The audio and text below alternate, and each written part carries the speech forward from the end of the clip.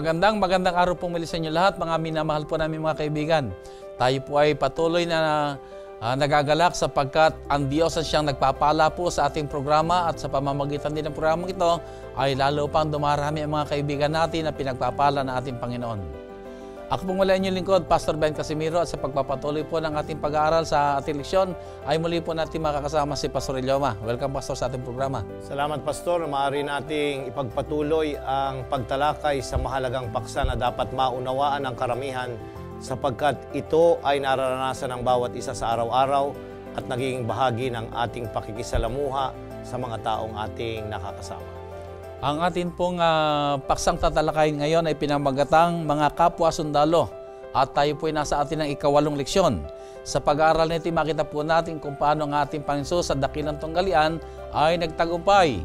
Gayunman, ang mga alagad naman natin Panginoon ang binabalingan sa Satanas. Sa labanang ito, hinahangad niya ang kapahamakan ng mga lingkod ng Diyos. Pero bago tayo magpatuloy, tayo muna po idadako sa ating panalangin.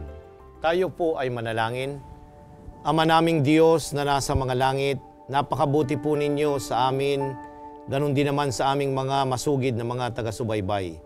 Pinahintulutan ninyong muli na kami ay magkasama upang pag-aralan ang mahalagang paksa na may kaugnayan sa malaking tunggalian.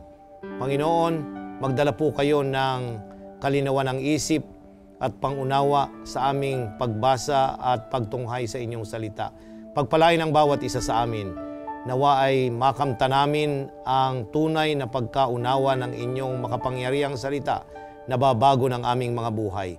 Pahintulutan po ninyo na mayroon kaming pagtatagumpay katulad ng mga alagad na ginamit ng Diyos. Gamitin po ninyo ang bawat isa sa amin na mga sisidlang pagpapala na magdadala ng kagalingan at mga ibayo pang pagpapala sa aming mga taga-subaybay.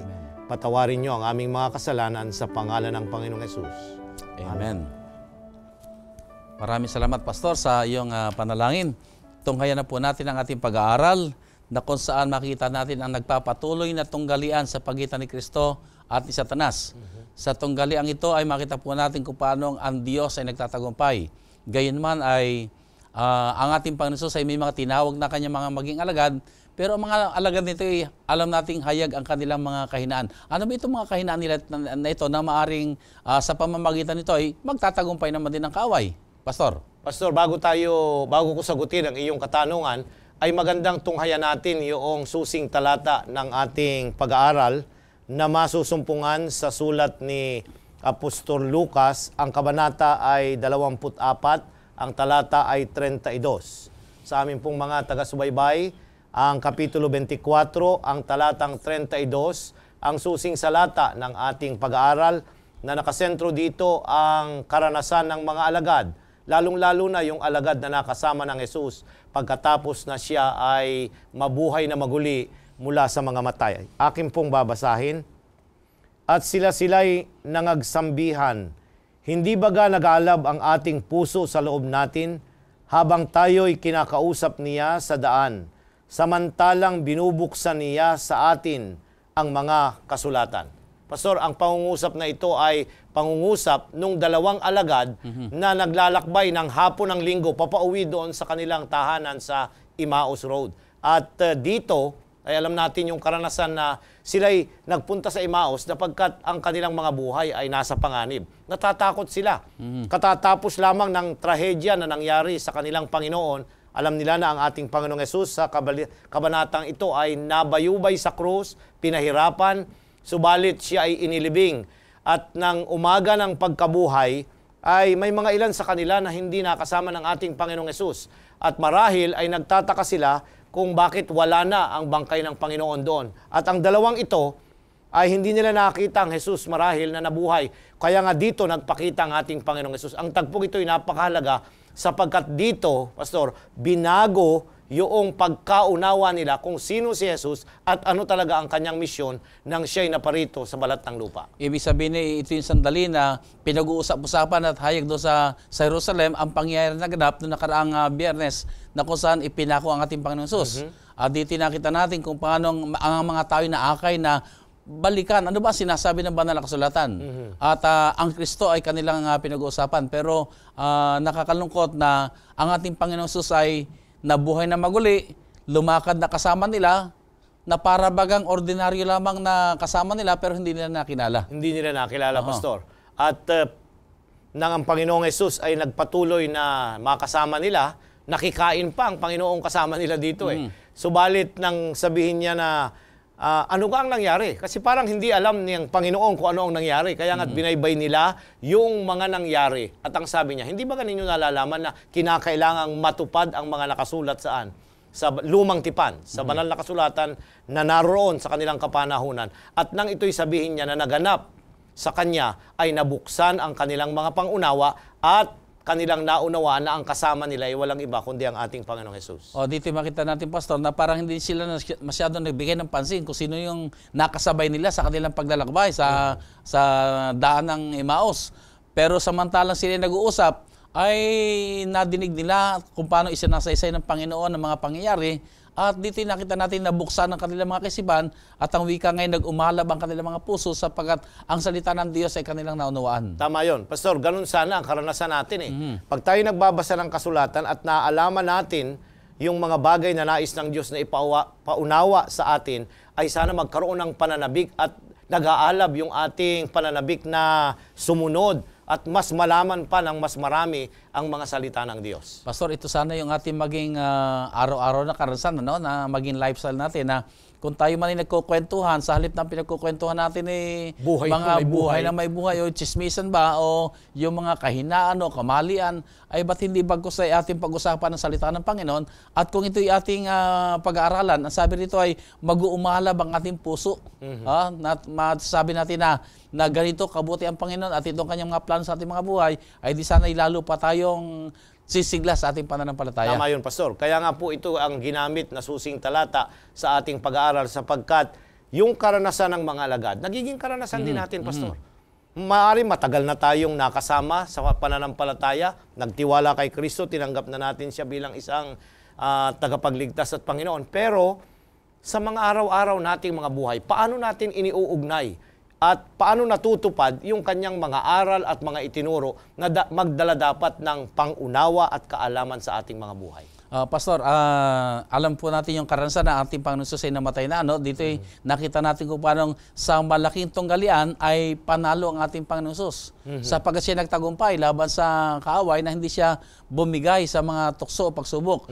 Pero ang hinarap na ngayon naman ni Satanas ay ang kanyang mga alagad. Ayan. At sa puntong ito, masasabi natin na narito yung mga alagad, ang kanilang pinag-uusapan ay salita ng Diyos.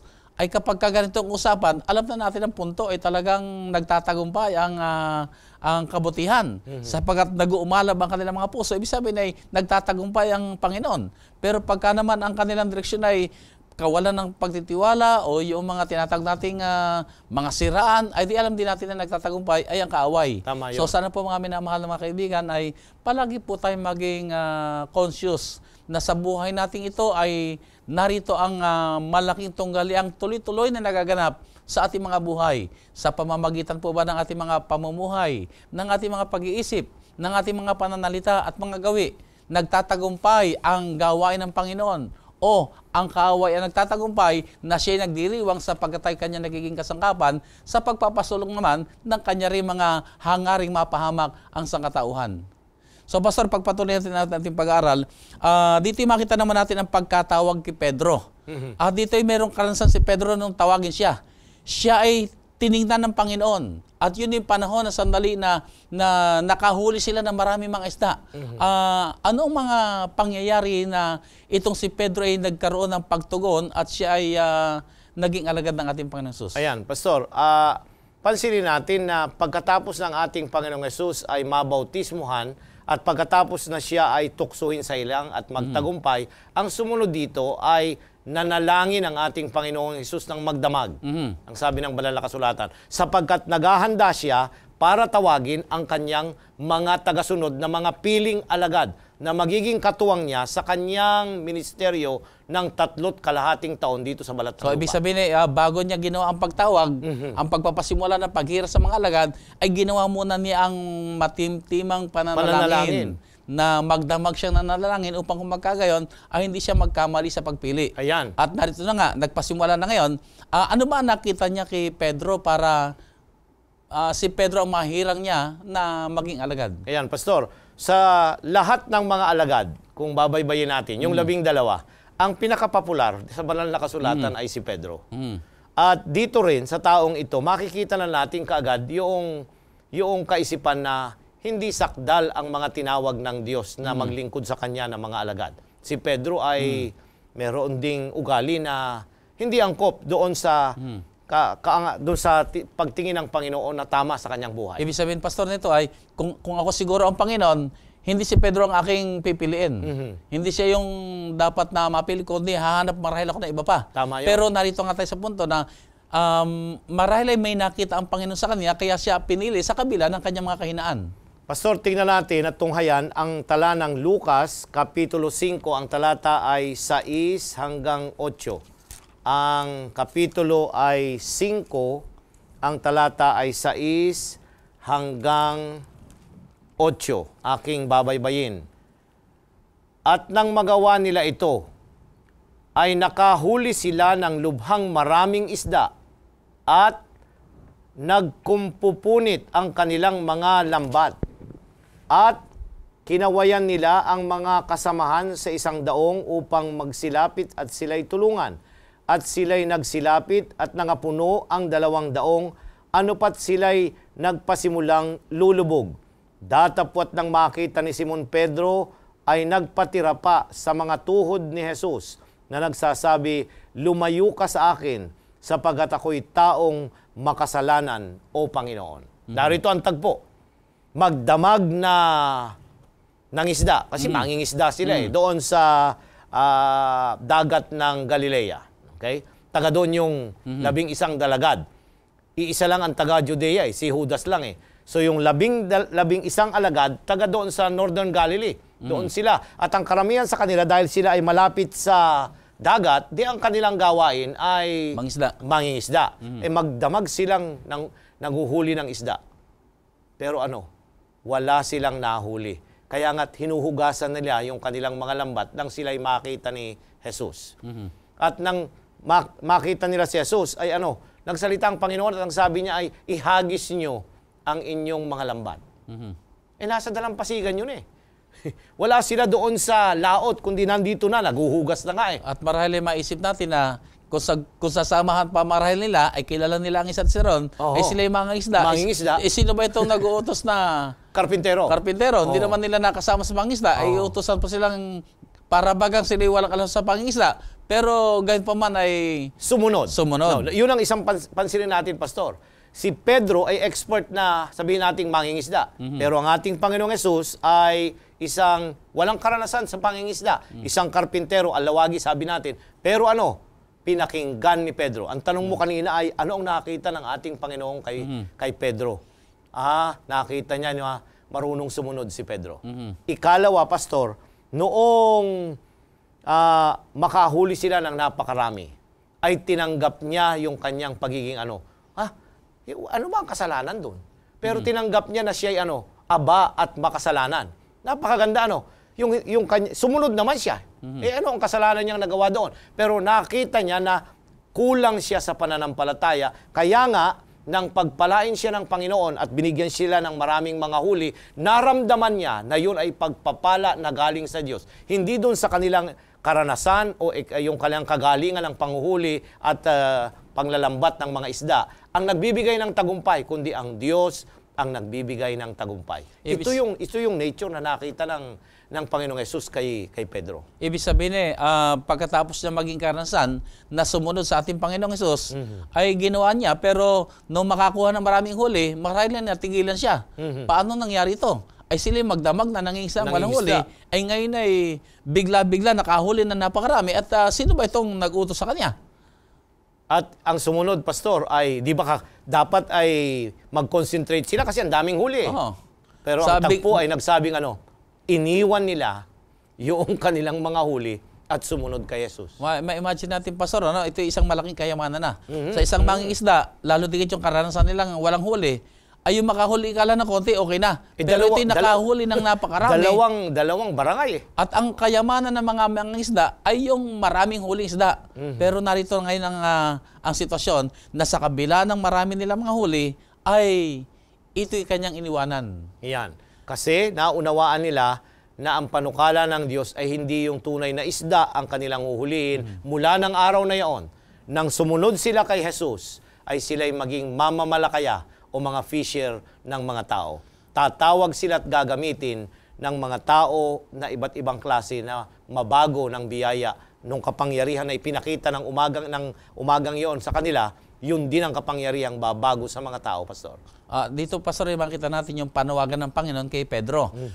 Pastor, masasabi ba natin na yung iba natin mga kapatiran, mga kaibigan na namamasukan o may hanapbuhay ay iiwanan din nila ang kanilang hanapbuhay upang maglingkod sa ating Panginoon? Hindi naman ganun, Pastor. Ang ibig sabihin ay, kung mapapansin niyo rito, sila Pedro ay bumabalik pa rin sa bagamat alagad na sila, bumabalik. Nung mga ilangan sila ng, natatandaan mo, Pastor, nung mga ilangan sila ng buwis at sila'y sinisingil. Anong sabi niya kay Pedro? Humayo ka, Pedro, mga will ka, mangisda ka. Kumuha siya at doon sa loob ng isda, naroon yung coin na kinakailangang ibayad nila bilang tax sa panahon na sila ay kinukuhanan ng gobyerno ng Roma. Ibig sabihin dahil doon siya galing sa pangisda, alam niya ang mangisda. So sa parang din yun siya ginamit ng Panginoon. So di ibig sabihin na siya tinawag ng Panginoon na iwanan ng hanapbuhay, ay gagawin din ng mga kaibigan natin, mga kapatiran natin. Pero ang magandang punto rito ay nandoon yung ating pagtugon. Kung tayo naman mga kaibigan, mga kapatid, ay tinatawagan ng Panginoon na makisangkot sa gawain, ay bakit hindi naman po natin bibigyan ng panahon? Hindi ito nangangahulugang iiwanan natin ang ating hanapbuhay. Pero meron ba tayong panahon na ibinibigay para sa Panginoon? Na tayo maging masabing ang tunay nga na tayo nga ay kamanggagawa ng Panginoon. Ay kung kamanggagawa tayo, ay talagang tayo naglalaan ng panahon na kasama natin gumagawa ang ating Panginoon. Tama yun, Pastor. Yung availability. Yun ang mahalaga dito. Nang tawagin si Pedro, ibinigay niya ang kanyang panahon na sumama sa Panginoong Hesus. So, ibig sabihin na nakita ng Panginoon kay Pedro na bagamat si may kahinaan, pero nandoon yung kanyang kahandaan na sumunod. Tama yun, at Pastor, gawin ang kalooban ng Panginoon. Tama yun. Marahil nakita ng Panginoon si Pedro na, naku, itong taong ito ay malaki pang gagawin ko rito. Pero binigyan siya ng pag-asa at sa kabila ng kanyang kahinaan ay siya pinagkatiwalaan na gawing alagad ng ating Panginoon. Tama yun, Pastor. So, ipagpatuloy natin. Ito namang sa karansan ng mga alagad, di nakita na natin yung natipon na ng Panginoon, yung 12 mga alagad, at sila'y magkakasama na gumagawa. Now, paano ipinakita ng mga alagad ngayon ang kanilang katapatan sa Panginoon sa gitna ng mga pag-uusig at sabi natin mga karangian? Ayan. Kapitulo 3 ng Marcos, Pastor. Narito, nang sila'y tawagin niya, ay pinaalam niya na kaagad sa kanila kung ano ang magiging karanasan nila. Kapitulo 3, ang talata ay 14. Akin pong babasahin. At naghalal siya ng 12 upang sila'y makasama sa kaniya at upang sila'y suguin niyang magsipangaral. Ayan. Nang tawagin niya yung 12, Pastor, ang panukala niya, makakasama niya muna. Hindi niya kaagad sinabing, sige, humayo kayo, magpagaling, magtanggal ng mga demonyo sa mga pinapasukan at sinasapian ng demonyo. Hindi Ang sabi ng talata, upang sabi doon, makisama sa kanya, Pastor. So, sa loob ng 3.5 taon, ang purpose ng Panginoon, makisama sila sa kanya. So, ibig sabihin kung sa ating panahon, sasabihin natin na may training muna silang gagawin. Yun. Obserbahan muna nila ang buhay ng ating Panginoon. Paano siya nabubuhay, ay ganon din ang kanilang gagawin. Ano ang mga gawi, ano mga pananalita, ano mga mithiin, ano mga saloobin ng Panginoon, ay bilang mga tagasunod, kailangang makilala nila ng lubos ang ating Panginoon. At sila muna ay, yung sarili nila ang kailangang maging malinaw sa harapan ng Panginoon, kung ano talaga at sino sila sa harapan ng Panginoon. Kaya nga, Pastor, dalawa Pag tayo'y tinawag ng Panginoon, dalawang bahagi ang pagiging Kristiyano. Yung pagiging disipulo, at yun ang technical term, at saka yung pagiging apostol. Hindi pwedeng apostol ka kaagad. Hindi Kinakailangang maging tagasunod ka muna, disciple. Ikaw ay didisiplinahin muna. At pag dinisiplina tayo, yung aral, yung gawin ng iyong pamumuhay, yung paraan ng pakikisalamuha sa mga tao, dapat sundin natin yung paraan ng ating Panginoong Hesus. So dito pa, Pastor Ray, ano ba ang nais ng ating Panginoon Hesus na gawin ng mga alagad bago sila isugo sa kanilang mga misyon na gagampanan? Ayan. So, ang unang-una, Pastor, ay yung sabi ng ating pag-aaral ngayong linggo ay tayo'y gumugol ng panahon para makasama siya. Spending time with Jesus. Yan ang unang-unang prerequisite, unang-unang requirement bago tayo maging makapangyarihang mangangaral o tagasaksi para sa Panginoon. So, ibig sabihin nito, Pastor, bago tayo humayo sa paggawa, ay magkaroon muna tayo ng mahabang panahon ng pakikipagniig, Yan. ng pakikipag-ugnayan, ng ating mga pagtatalaga sa ating Panginoon. Sapagkat alam po natin, mga kaibigan, na tama po na napakalawak ng gawain ng Panginoon. Napakaraming dapat gawin. Pero huwag po natin kakalimutan, uunahin muna po natin ang umupo sa paanan ng ating Panginoon. Tama yun. Unahin muna po natin ang tayo ay makinig muna ng mga kanyang mga banal na salita. Unahin muna po natin ang tayo magkaroon ng malapit na relasyon. At kung tayo po ay malapit na sa Panginoon at naramdaman na natin tayo ay kanya na sinusugo, yun ang sandaling tayo hahayo. At sa ating pagbabahagi, ano pong ating babahagi? Ay di yung ating naging karanasan. Ay kung wala tayong karanasan sa ating Panginoon, ay paano tayo magtatagumpay? Wala. So ang hangarin ng ating Panginoon ay unahin muna natin siya. Kagaya ng karanasan ito ni Maria at saka ni Marta. Ang Marta ay Luto ng luto, nagrereklamo galaw ng na siya na lang ang gumagawa at yung kanyang kapatid din nakaupo lamang. Bagamat ang banal na kasulatan ni malinaw din na hindi naman walang masama sa ginagawa ni Marta. At maganda rin naman ang ginagawa ni Maria na nakaupo sa harapan ng Panginoon. Pero ito yung makita natin na ang sinabi ng Panginoon ay unahin muna natin ang Panginoon. Tama yun. At kung tayo ay nagkaroon na ng magandang relasyon sa Panginoon at saka tayo hayo at ibahagi natin ang mga karanasan natin naging karanasan sa ating Panginoon. Kasi Pastor, yun ang kapangyarihan ng ating mga buhay. Yung nakasama natin ang Panginoon.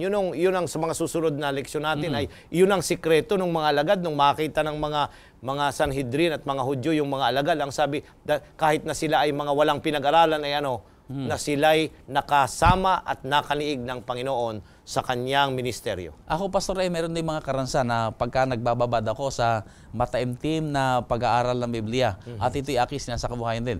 Naalala ko palaging karanasan ni Moises doon sa bundok ng Sinai, na siya ay nakasama niya ang Panginoon doon sa loob ng 40 araw. Na nung pagbaba niya ay nagliliwanag siya. Nagliliwanag ang kanyang at mukha. kitang-kita sa kanya na yung kanyang appearance ay talagang ibang-iba sapagkat nakadaong palad niya ang ating Panginoon. Yung kaluwalhatian ng Panginoon ay nakikita sa kanya. Sapagkat ma-imagine natin siya nakalantad sa kaluwalhatian ng Panginoon ay talagang nabanaag din sa kanya. Ang sabi ko, gusto ko rin na maging karanasan yung makadaop ang palad ng Panginoon na mahabang sandali, mahabang panahon. At pagkatapos ng aking mga pag-aaral, ako mismo, Pastor, ay ramdam ko na iba yung aking spiritualidad. Iba yung aking pananalita. Iba yung aking pakikiharap sa tao. Iba yung aking pag ako'y nag-preach na ay ramdam ko yung meron akong kapangyarihan. Nandoon yung confidence mo na ang Panginoon ay sumasayo at ikaw binibigang lakas at kapangyarihan, maggawa mo ang gawaing ipinapagawa sa atin. Kaysa doon sa kaminsan ay nagmamadali, ang panalangin ni kapraso, ang pagbasa ng Biblia ay kapraso lamang, ay pag nagsalita kay ako mismo, Pastor, ramdam ko ba na hindi ako masaya kasi bagamat ako ay nakapag-preach, pero sabi ko hindi, kung may kulang Alam ko na kulang sa power. Alam ko na, sabi ko hindi dapat ganon. So, ako mismo ramdam ko, may kulang talaga. Anong kulang? Mahabang panahon ng pakikipagniig sa ating Panginoon. At nalaman ko, Pastor, yun ang sikreto ng pagtatagumpay. Mahaba ang panahon natin ng pakikisalamuha sa ating Panginoon. Tama yun, Pastor. Na hinahanap ang kanyang kalooban, na tayo nagtatalaga sa Kanya, at ito ang gusto ng Panginoon na ating gagawin. Upang kung magkagayon, dito'y makita na ang gawain nagtatagumpay, hindi sa galing ng tao, hindi sa husay ng tao, kundi sa kapangyarihan ng Diyos na gumagawa sa atin. Kung tayo nagpapasakop sa Kanya, ay makikita rin natin, siya ang gumagawa sa pagtatagumpay ng Kanyang banal na gawain. Amen. Amen. So, ipagpatuloy natin, Pastor. Ano ba ang mga pamamaraan na tayo ay mapapasama sa ating Panginoong Sus? Ayan. Yung maraming paraan, Pastor, babaybayin natin. At para sa ating mga taga-subaybay, unang-una sa lahat ay ang pag-aaral ng Kanyang salita. Mahalaga ito, kagaya ng inyong binanggit, na pag nagbabasa tayo ng banal na kasulatan, ang Panginoon ay nagsasalita sa atin. Ikalawa, pag tayo naman ay nananalangin, ang Panginoon naman at tayo naman ang nakikipag-usap sa Kanya. At pagka tayo ay binabahagi natin siya sa iba, then tayo ay ibinabahagi natin ang kanyang aral at yun yung paraan na tayo ay pinapaaninag natin yung ating pakikipagrelasyon sa kanila. So unang-una, yung ating pag-aaral ng kanyang salita. Ikalawa, yung ating pananalangin. Ikatlo, ay yung ating patuloy na pagkilala na tayo'y makasalanan. At pagtingin at pag-aaral sa likas ng ating Panginoong Hesus. Napakaganda yon. Sabi ni Ellen White ay sa araw-araw dapat tinitingnan natin at pinagmumuni-munian yung buhay na ipinakita ni Kristo nung siya'y narito sa balat ng lupa. Ibig sabihin, Pastor, kailangan talaga nandoon yung pagbalanse, kasi siguro ay ako'y naging karanasan ko rin yung lagi naman nananalangin. Pero parang one way lang yon. Sabi ko, parang ako naman lagi nakikipag-usap sa Panginoon. Pero siya ba nakakaroon ng pagkakataong mangusap sa akin? Tama yon. So sabi ko, dapat ay balanse pala, Pastor, yan. Na kinakailangan, kung ako man ay mananalangin, ay ako'y nakikipag-usap sa kanya. Pero ang communication is hindi pwedeng one way. Hindi pwedeng ako lang yung salita at siya nakikinig lang na nakikinig. Kinakailangan ako'y meron din kahandaan na makikinig at siya naman ang magsasalita. So sa pamamagitan ng pagbabasa natin ng Biblia, dito'y makikita natin ang Diyos ay nangungusap sa atin. Tama yon. At kapag nakapangusap siya sa atin sa pamamagitan ng pagbabasa natin, tayo naman ay maakay na muli na manalangin na tayo naman ang makikipag-usap sa Kanya. So para ba ka nangyari, Pastor, ay ako'y nagbabasa pero para ako may kausap din. Tama yun. Nagsasalita sa akin sa pamamagitan ng Biblia at ako na may tumutugon at nananalangin din. May mga pagkakataong hindi ko dinediretso, Pastor, na tapusin ng kapitulo Kung minsan nakita titigil ka. Pag nakita ko isang magandang salita, ako tigil muna at ako'y makikipag-usap. Panginoon, maraming salamat. Napakaganda po ng talatang ito.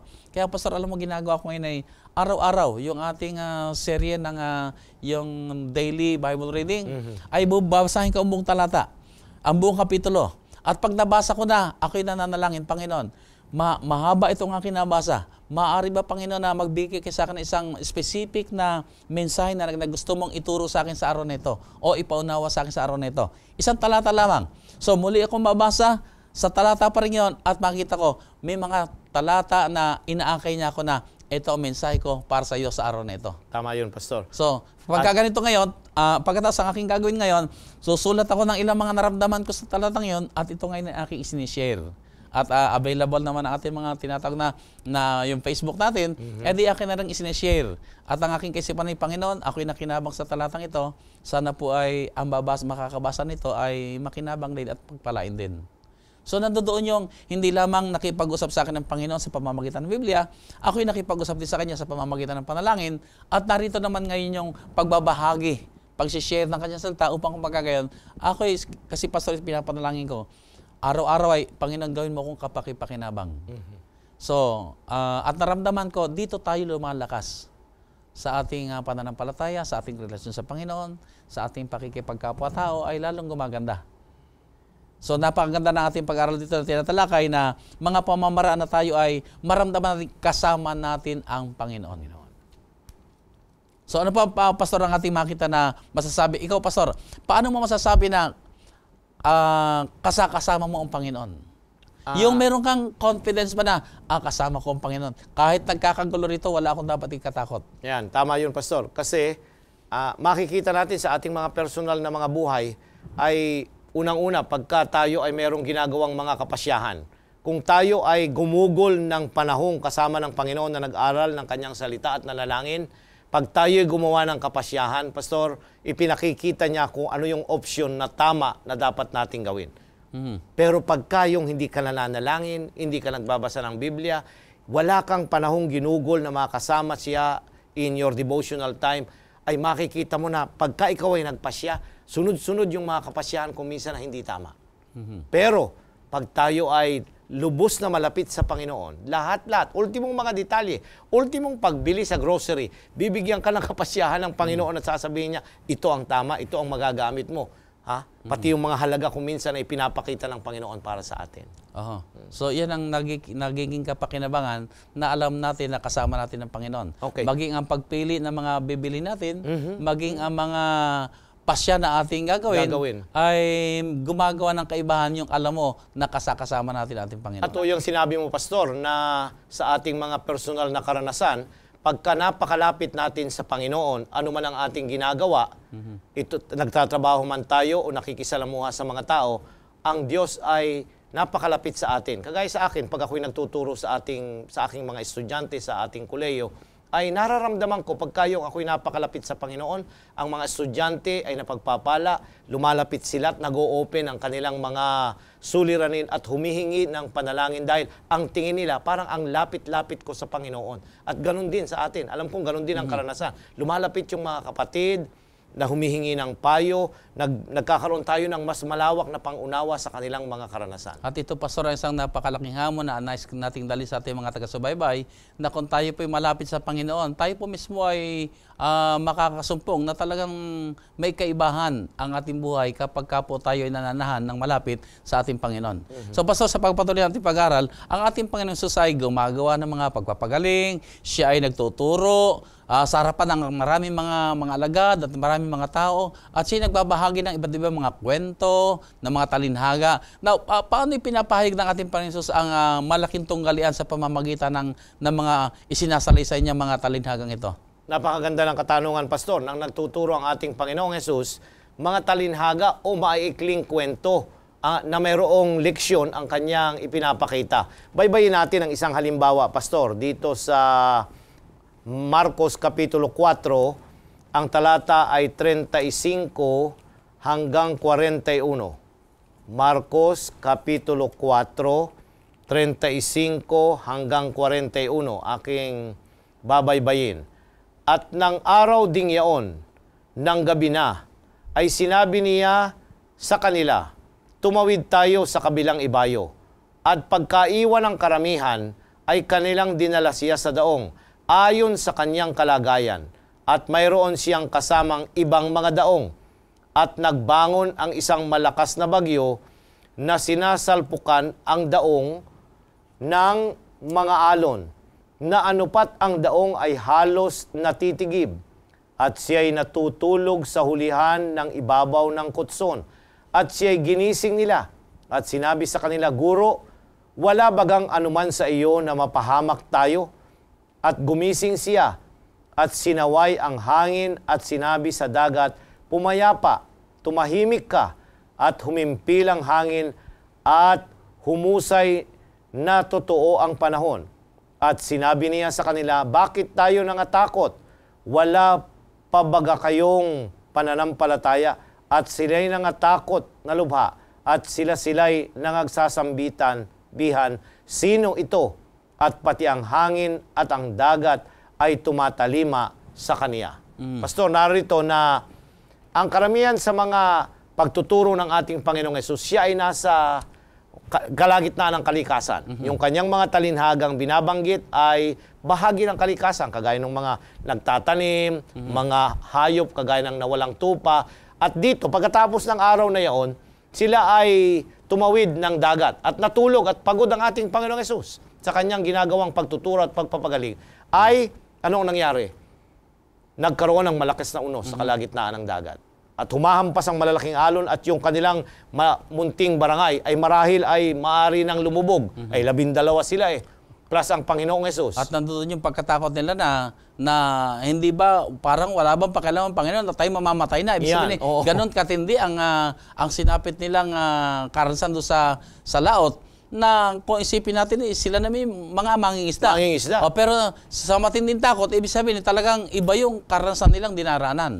Talagang wala na silang magagawa. Ang Ate Siro ito ay napupuno na ng tubig ang barangay at talagang lulubog na. Kaya nga ang binalingan nila ay ang natutulog na Panginoon na payapang-payapa. At kanilang ginising, at nang gumising ang Panginoon, siya ay sinaway ang malakas na unos at ito'y kanyang pinayapa. Ang sabi ng talatang 39, at humimpil ang hangin at humusay na totoo ang panahon. At sila'y nangatakot na lubha at sila'y nangagsasabihan, sino ito na pati na ang hangin at ng dagat ay tumatalima sa kaniya. Ang tanong mo kanina, Pastor, ay paano natin iuugnay dito ang yung malaking tunggalian sa mga kwento o talinhaga na kanyang sinasalaysay? Ayan. Mapapansin natin na sa karanasan ng Panginoon, sa mga talinhaga at sa karanasan niya sa kalikasan, ay ipinapakita nito na pwedeng baguhin ng Panginoon yung unos na nangyayari. maaari niyang patigilin ang isang masamang nangyayari sa kalagitnaan na kagaya ng malaking unos na kanilang naranasan, ay pinatahimik niya ito para matutunan ng mga alagad na sa malaking paglalaban, hindi yung kagustuhan ng Panginoon, ang mga unos, ang mga bagyo, ang mga earthquake, ang mga kung ano-ano pang mga disaster na nangyayari sa balat ng lupa, hindi ito galing sa Diyos, kundi galing sa kaaway. Pinahihintulutan niya ito dahil meron siyang panukala na ipakita ang kapangyarihan niya sa ating buhay na mga nananampalataya. Pastor, dito sa ating pinag-aaralang malaking tunggalian, ay nakita natin dito ngayon na walang kakayahan ang mga alagad sa laban sa naggagalit na kalikasan. Pero makikita natin dito na sa labanang ito ay nariyan pa rin ang Panginoon at hindi niya papahintulot na ang kanyang mga anak ay mapahamak. Siya'y mamamagitan.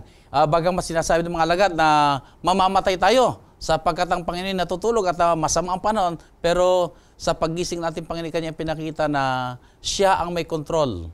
So sa malaking tunggalan sa pagitan ng masama at ng mabuti ni Kristo at ni Satanas ay nakita natin dito ngayon minsan pa'y ang Panginoon ay namamagitan at ibibigay niya ang katiyakan na samantalang tayo sa kanyang panig ay ang kanyang kapayapaan at pagtatagumpay ating maging karanasan. Tama yun, Pastor.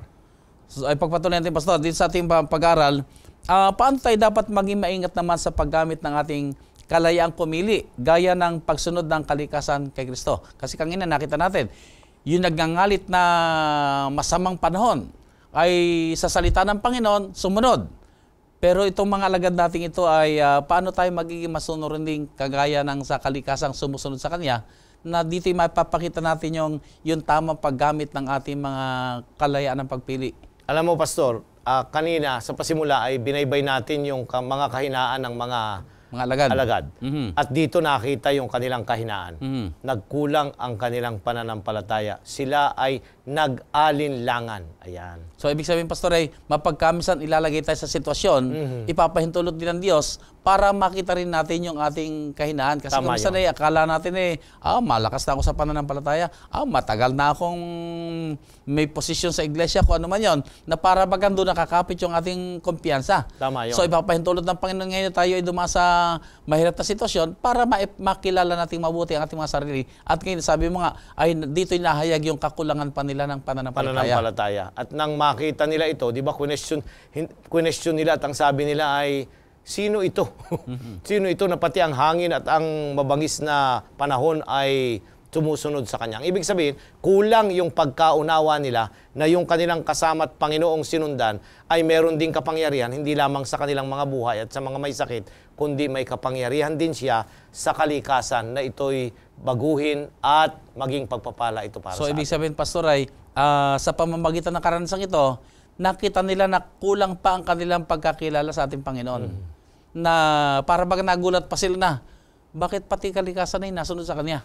So, dito nangangailangan ng lalo pang malalim na pakikipag-ugnayan sila sa ating Panginoon. At ganyan din tayo mga minamahal mga kaibigan. Maaaring sabihin natin, alam na natin ang Biblia. Marahil sasabihin natin, ang dami na nating dinaan ng mga pag-aaral ng salita ng Panginoon. Pero ang katanungan, gaano kalapit na tayo sa ating Panginoon?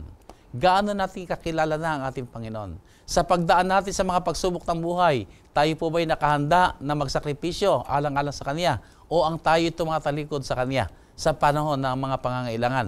At ito'y malaking hamon sa ating lahat mga kapatid, sapagkat ang Diyos ay naghahangad na tayo ay lalo maging malapit sa Kanya at mapagkamisan. Ipinapahintulot niya ang mga mahirap din mga kalagayan, mahirap na mga sitwasyon, kagaya halimbawa ng mga pagkakasakit o kamatayan, sapagkat nakita ng Panginoon na may magandang idudulot din ito kung pipiliin natin ang tayo ay pumanig sa ating Panginoon. Tama yun, Pastor.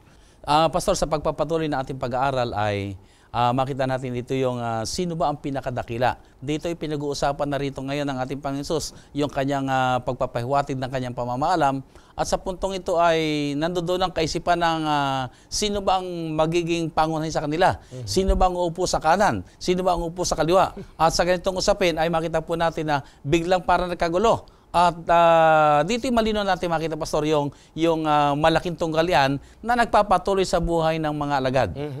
So, paano natin nakita ang leksyong ito ay nagtuturo sa mga alagad kung paano yung kaisipan ng pagiging dakila ay maalis sa kanilang kaisipan. Ayan, Pastor, ating baybayin sa Marcos Kapitulo 9. Ang talata ay 33 hanggang 37. Akin pong babasahin. At sila'y nagsidating sa Capernaum, at nang siya'y nasa bahay na, ay tinanong niya sila, ano ang pinakakatuwiranan ninyo sa daan? Datapat hindi sila nagsiimik, sapagkat sila ay nangagtalo sa daan kung sino ang pinakadakila. At siya'y naupo at tinawag ang 12, at sa kanila'y sinabi niya, kung sino man ang ibig na maging una, ay siyang mahuhuli sa lahat at lingkod ng lahat. At kinuha niya ang isang maliit na bata at inilagay sa gitna nila, at siya'y kaniyang kinalong, na sa kanila'y sinabi niya, ang sino mang tumanggap sa isa sa mga ganitong maliliit na bata sa aking pangalan, ay ako ang tinatanggap, at ang sino mang tumatanggap sa akin, ay hindi ako ang tinatanggap, kundi yung sa akin nagsugo. Narito ang tagpo rito sa Marcos Kapitulo 7 ay papalapit na doon sa tagpo ng malapit na siyang ipako sa krus. Kaya nga sa mga unang talata dito, bago ito, Pastor, ay binaybay niya na ang anak ng tao na kanyang tinutukoy ang kanyang sarili na siya ay pupunta sa Jerusalem, siya ay huhulihin ng mga sundalo, pahihirapan ng mga religious leader, at siya ipabayubay doon sa krus. Hindi nila naintindihan ito. Ang pagkaintindi nila ay mapapadali na yung kanyang pagtalo sa kanilang kaaway, at yun ay ang Roma, na yung mga nangunguna sa kanila na nagpapahirap, sila ngayon ay itatayo niya na yung kanyang kaharian, at siya na ay maghahari kagaya ng paghahari ni David. At So ibig sabihin nito ay ang kanilang kaisipan ay, aba, ito na. Ipinapahiwatig na natin, Panginoon, na darating na yung kaharian kanyang itatatag, at gagapiin na yung Roman Empire na yun, yung mga sundalong yun, kawal ng Romano, at sila na ngayon ang maghahari. Pero hindi yun ang kaisipan ng ating Panginoon, kundi dito nga pumasok yung ibang kaisipan ng mga alagad na ay kung magkagayon, dapat hanapin na natin. Nasa ano ba ang lugar ko riyan? Ano ba ang posisyon? Sino ba pinakapangunahin sa atin? So pumasok na rito ngayong hangaring, may kanya-kanya kaisipang, ay bay, dapat ako una. Dapat ako nasa ganong posisyon.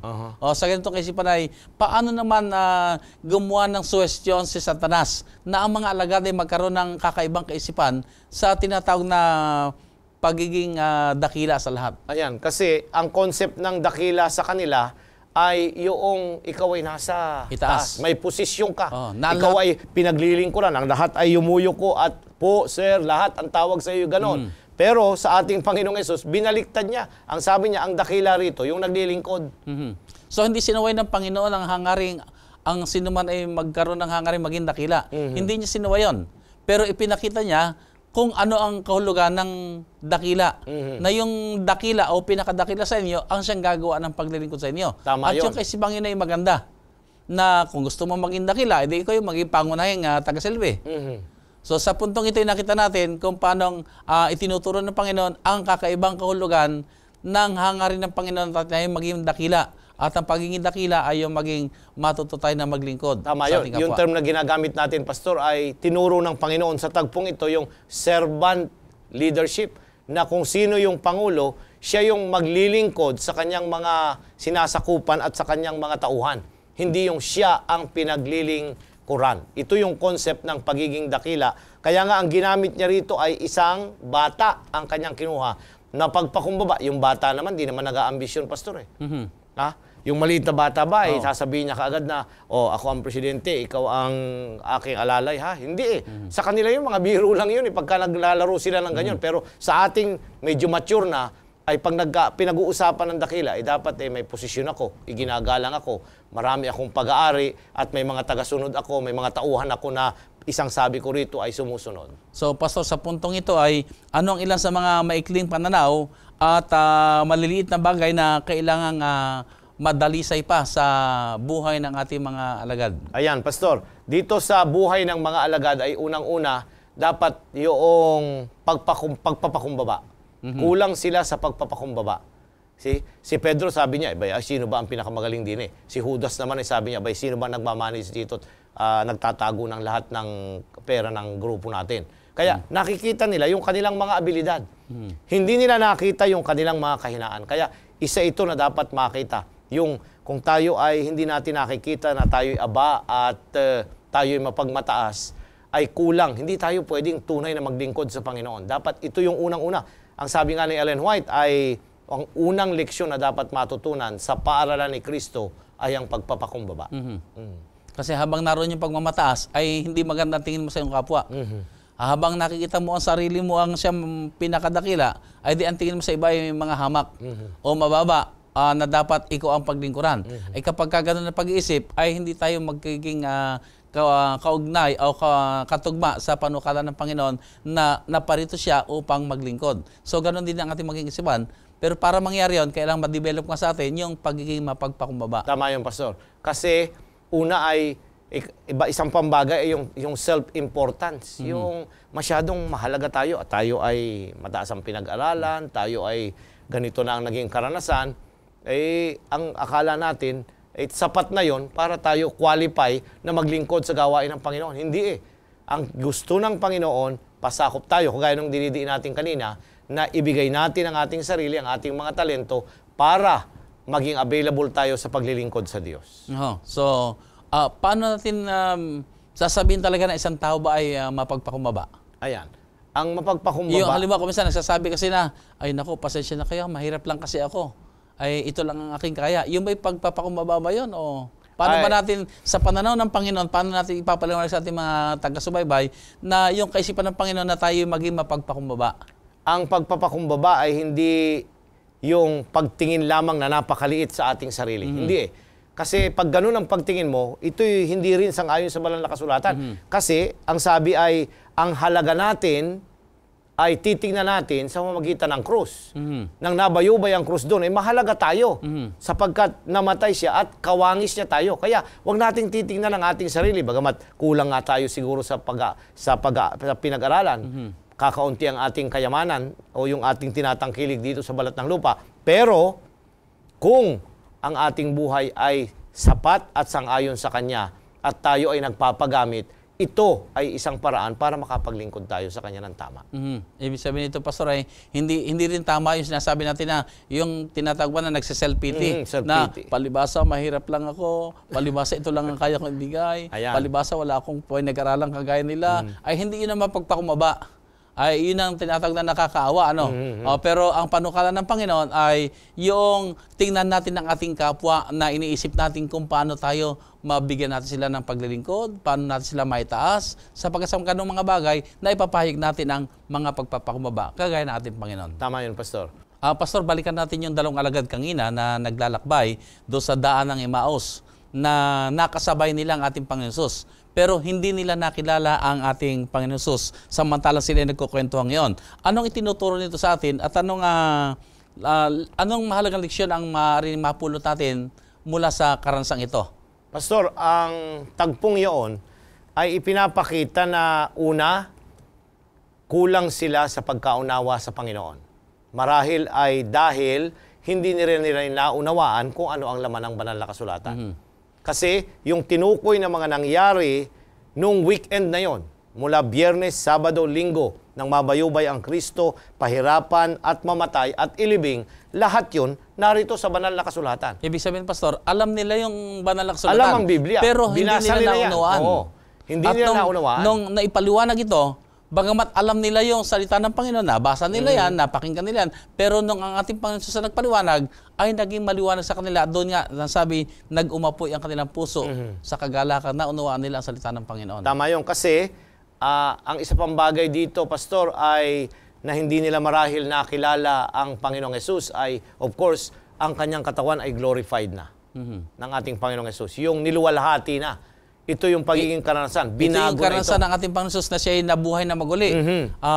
Pero kung yung sinabi mo na glorified ng kanyang katawan, na di maaaring isipin siguro natin pag sinabing glorified, di maluwalhati. Marahil ay nagniningning. Di dapat ay lalo napansin. Pero parang hindi siya napansin samantalang kasabay nila naglalakad ay hindi siya nakilala. Yung karinang karanasan na malungkot, yun ang tumakip na pagkaunawa. Kasi ang naiwan sa kanilang kaisipan ay hindi pala siya ang Mesyas. Hindi pala. Kasi namatay siya. Kasi ini-expect nila, ikaw na ba ang Mesyas? Iniwan namin ang lahat, sabi nila. Ikaw na ikaw ang tagapagligtas. Pero ano nangyari? Sa tagpong ito, na-miss nila at hindi nila nakilala na kinakailangang matupad yung mga bagay naon para maluwalhati mismo ang Kristo na nabayubay doon. Ibig sabihin dito yung nakita natin, nagkukwentuhan yung dalawa at ang pinag-uusapan nila ay ang pangyayaring kabigo ang naganap dito nakaraang weekend na namatay ang Mesiyas, ang ating Panginoon. Ang mga alagad naman ay nagkalat na. At samantalang sila nagkukwento ngayon, ay napasabay ang Panginoon, pero hindi nila nakilala. Na ang kasabay na panila nila ay ang ating Panginoon. Nalaman lamang nila yon sa bandang huli. Pastor, yung sa Juan 5:39, magandang talata ito eh. Iugnay ko ito doon sa tagpong yon na naganap sa kanila. Juan 5, ang talata ay 39. Ito yung ginawa, binanggit ito ni Jesus sa kanila. Kaya nga't inulit niya sa kanila yung tagpo na nangyari. Sabi niya ay ano? Saliksikin ninyo ang mga kasulatan, sapagat iniisip ninyo na sa mga yaon ay mayroon kayong buhay na walang hanggan. At ang mga ito ay siyang nagpapatotoo tungkol sa akin. Yun. Ang una, iniisip lang nila na ano yon, may buhay na walang hanggan. Ito yung concept na kaya sila nagbabasa ng Biblia dahil meron silang buhay na wala. Na-miss nila na ang laman ng banal na kasulatan, ang sentro nito, ang ating Panginoong Hesus. Lahat ng nangyari at naganap ay binaybay ng Biblia na katuparan na siya ang tunay na Mesiyas. Kasama yung kanyang kamatayan, pagkabayubay at muling pagkabuhay na maguli. So, maaaring nalalaman natin ang salita ng Panginoon pero hindi natin napag-uunawa na ang ating Panginoong Hesus mismo ang ay magkaroon tayo ng malalim na pagkakilala sa Kanya, pagkaunawa ng Kanyang banal na kalooban. Pastor, paano natin mababantay naman ang ating sarili na tulugsain ang otoridad ng Biblia? Ayan, Pastor. Nandito kasi ngayon yung mga pag-alinlangan sa banal na kasulatan. So, paano natin ito maiiwasan? Unang-una sa lahat, maiiwasan natin ito kung, unang-una, nagtitiwala tayo na ang laman ng Biblia ay ang ating Panginoong Hesus. At makikilala lamang natin ang ating Panginoong Hesus sa pamamagitan nito. Wala nang ibang aklat na magpapakilala sa Panginoon kundi ang aklat na ito. Pag tinuligsa natin ang banal na kasulatan, ang tinutuligsa natin ang Panginoon na ibinigay sa atin na Panginoon at tagapagligtas. So, dito Pastor sa ating panahon kasi meron tinatawag na iba't ibang mga pagpapaliwanag. Meron tinatawag na critical interpretation na para bagang suriin mo, tama ba yan? Tingnan mo ang panahon, naganap ba talaga yan? Na para bagang nandoon yung bagamat marahil na kaisipan ay hanapin ang katotohanan kung ito nga ba totoo, pero yung pamamaraan na para bagang ang pangunahing pamantayan ay ang kasaysayan, ang literatura, yung huhukayin yung lugar, archaeology, kung talaga bang naganap doon. At kung hindi makita ron ay hindi totoo yan. Ay siguro baliktarin natin. Atin mo ng panghawakan ng banal na kasulatan at kung ano sinabi ng banal na kasulatan ay di tsaka natin puntahan ang karanasan. Puntahan natin ang kasaysayan. Puntahan natin ang literatura. Puntahan natin ang lugar na yun at tingnan kung saan banda ron makita. So, ang maganda ay unahin muna natin sa palatayanin ang banal na kasulatan. Tama yun. Ang manampalataya at magtiwala. Ito yung sinasabi na faith-seeking understanding. Hindi yung understand first bago ka magkaroon ng kaalaman. So, yung pag nagtiwala tayo na ito'y talagang salita ng Panginoon, then, at tayo ay magtitiwala na ito'y tutuparin niya sang-ayon sa kanyang banal na kalooban. At kung nagkakamali tayo, tanggapin natin na mali yung ating pangunawa. Kasi, so ano Pastor ang ating maipapayo sa ating mga kaibigan na nagbabasa ng banal na kasulatan na maiwasan yung kanilang mga pag-aalinlangan o pagdududa o paghanap ng mali sa banal na kasulatan? Ayan. Kasi sa ating panahon, Pastor, maraming sasabi na, maraming hindi totoo dyan. Tama yun. Kasi lalo na yung mga mirakulo dito at mga himala. Sabi, imposible naman ikanahati ang dagat. Ay, kwento lang ikayan. So, sa ganito mga pagkakataon, paano natin papayo ng ating mga taga-subaybay? Ayan. Unang-una sa lahat ay ano ang ating kaugnayan sa Diyos. Kasi kung ang kaugnayan natin sa Diyos ay hindi ganon katibay, then magque-question tayo nito. Sapagkat ito ay paraan na kanyang ibinigay para makipag-usap siya at ipaalam ang kanyang banal na kalooban sa atin. So, kung wala tayong ugnayan sa Diyos, ay hindi tayo magtitiwala sa aklat na ito sapagkat ang aklat na ito ay galing sa Kanya. Okay, so maraming salamat, Pastor. Sa kabuuan ng ating pag-aaral ay ano ang iyong pamanik sa ating mga taga-subaybay? Akin pong idinidiin ngayon sa ating pag-aaral na sa panahon ng mga alagad ay naranasan nila na maunawaan ko ano ang nangyayari sa malaking tunggalian. At ginagamit nito yung pagkaunawa ng kanyang salita na pag ito ay nawalan, pag ang tao ay nawalan ng tiwala sa banal na kasulatan, ay nasa panig siya ng kaaway at Dito natutuwa ang kaaway dito sa malaking tunggalian. Okay, so maraming salamat, Pastor. So nakita po natin mga minamahal mga kaibigan, sa malaking tunggaliang nagpapatuloy na nagaganap sa buhay ng mga alagad, ay makita po nating may malaking role na ginagampanan ang mga tamang pagpili. Sapagkat kung tayo pipili na mag-alinlangan, ay di atin pong napapanigan ang kaaway. Subalit kung pipiliin naman natin ang manampalataya, at sapat naman ang sinasabi ng banal na kasulatan upang tayo manampalataya sa ating Panginoong Hesus, ay di tayo ay gumagawa ng pagpili na sang-ayon sa banal na kalooban ng Panginoon, na tayo po ay sa labanang ito ay ipinapahayag natin ang ating pagkampi sa ating Panginoon.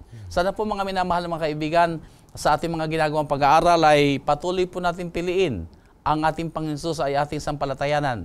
At sa pamamagitan ng kanyang banal na salita na nagsasabing sa pamamagitan nito ay makikilala natin siya ng lubos. Magtiwala po tayo. Ang kanyang banal na salita ay ating mapanghawakan. Ang ating Panginoon Hesus, ang ating tagapagligtas, patuloy po nga akay sa bawat isa sa atin upang kung magkagayon, makabilang tayo at makasama sa mga magtatagumpay dito sa malaking tunggaliang nagaganap sa ating kapanahonan. Amen. Tayo po'y dumako na sa ating panalangin. Dakila at banal po namin Diyos na nasa langit, muli po kami nagpapasalamat sa inyo sapagkat binigyan kami ng karapatan na amin pong napag-aralan ang inyong banal na salita. Salamat po Ama sa patnubay ng banal na Espiritu na patuloy po nagtuturo sa bawat isa amin. At ipinapakita sa amin, Panginoon, na may malaking tunggaliang nagaganap. At maging sa buhay ng mga alagad, nakita po namin kung paanong sila rin po ay may mga kahinaan, subalit kanila pong pinasyahan ang matutunak sa kanilang mga karanasan, ang manampalataya, bumangon, at mamuhay ng kasang-ayon sa inyong mga panukala. Amen. O banal na Diyos, kami naman po ay namamalik sa inyo kung saan kami nasumpungan ng mga pagkukulang at mga pagkakamali. Kung saan kayo po ay nabigo sa amin, hinihingi po namin ng kapatawaran.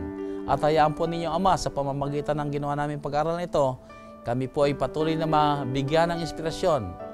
Kami mamuhay na ginaganap ang inyong kalooban, na palaging pinipili ang sumunod sa inyo at ang sa pamamagitan namin mga buhay, sa pamamagitan ng aming mga pagpapasya, ay maipahayag namin ang pagbibigay lugod sa inyong dakilang pangalan. Minsan pa, O Diyos, hinihiling po namin, igawad niyo po sa aming mga kaibigan, sa aming mga taga-subaybay ang inyong mayamang basbas. Managana po silang lahat, O Diyos, sa pagkakilala sa inyo, sa inyong pag-ibig at mga kabutihan at kasaganaan sa araw-araw. Ito po ang Ama, ang aming dalangin, sa banal na pangalan ng aming Panginoong Hesus. Amen. Amen. Muli mga kaibigan, maraming salamat po na kami niyo sinamahan dito sa ating ginawang pagtalakay ng salita ng Panginoon dito sa programang Oras ng Pag-aaral. Hanggang sa darating na linggo, magkasama-sama tayong muli sa pag-aaral ng salita ng Panginoon at managana po tayo sa kanyang mga kabutihan. Pagpalain kayo lahat ng ating mahal na Diyos.